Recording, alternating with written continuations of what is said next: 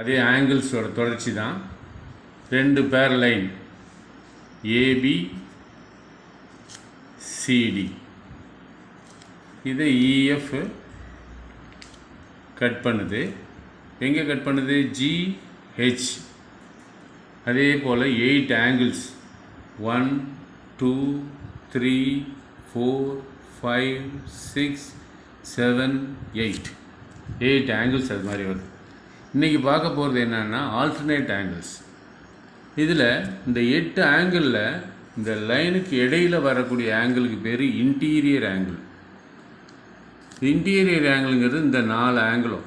இதுக்கு வேணால் நம்பர் கொடுத்துக்கோம், நம்மளா ஒரு டம்மி நம்பர் 1 2 3 4 5 6 7 8. இந்த 3 4 5 6 இந்த 4 ஆங்கிளும் இன்டீரியர் ஆங்கிள்.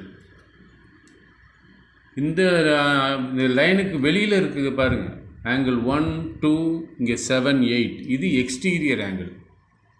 இதுக்கு பேர் இன்டீரியர் ஆங்கிள். இது 4க்கும் எந்த பேர் எக்ஸ்டீரியர் ஆங்கிள். இப்போ சாதாரணமாக நீங்கள் ஒரு ரூமில் இருந்தீங்கன்னா உள்ளே இருக்கிறீங்க, ரூமுக்குள்ளே இருக்கிறீங்கன்னு அர்த்தம். வெளியில் நின்னீங்கன்னா ரூமை விட்டு வெளியில் இருக்கிறீங்கன்னு அர்த்தம். அதே மாதிரி இந்த 4 ஆங்கிளும் இந்த 2 பேர் லைனுக்கு உள்ளே இருக்குது.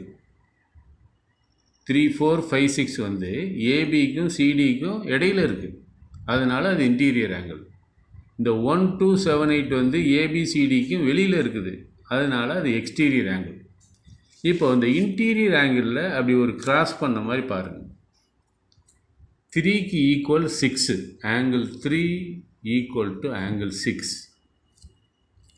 இப்படி கிராஸ் பண்ணோம்னா ஆங்கிள் 4 ஈக்குவல் டு 5. இது இன்டீரியரில் இருக்குது. இன்டீரியரில் இருக்கக்கூடிய ஆல்டர்னேட் ஆங்கிள்ஸ் ஆர் ஈக்குவல்.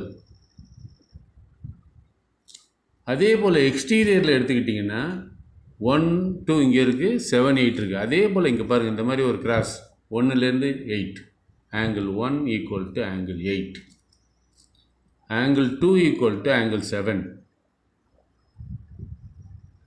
அதே மாதிரி 4 பேர் 4 பேர் கரஸ்பாண்டிங் ஆங்கிளில் வந்த மாதிரி ஆல்டர்னேட் ஆங்கிளுக்கும் 4 பேர்.